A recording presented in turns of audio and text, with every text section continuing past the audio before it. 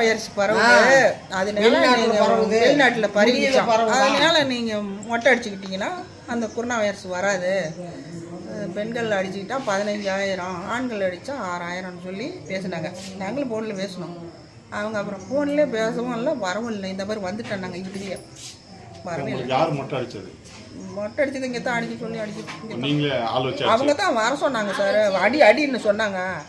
அதுக்கு பிற்பாடு சார் நான் மொட்டை அடிச்சிட்டோம். எத்தனை பேருங்க? 3 பேர் தான் மொட்டை அடிச்சுக்கிட்டோம். அப்புறம் எல்லாம் நிறைய பேர் நின்றுட்டு இருக்கு. மொட்டை அடிக்க வந்தது எத்தனை பேர்? ஒரு 7 பேர். இப்போ அவங்க ஆள் அனுப்ப நீங்களே ஆள் வச்சு அடிச்சது? ஃபோன் பண்ணி காசு ஆளுக்கு 15,000 கொடுக்குறோம், எல்லாம் இது மாதிரி கொரோனா வைரஸ் வருது, இதெல்லாம் ஒரு 18 பேருக்கு டோக்கன் வந்துருக்குது, வந்து நீங்கள் எல்லாம் மொட்டை அடிச்சுக்காங்க, நாங்கள் கொண்டாந்து காசு கொடுத்துட்றோம், உங்களை ஃபோட்டோ பிடிச்சிக்கிட்டு போகிறோன்னு தான் சொன்னது.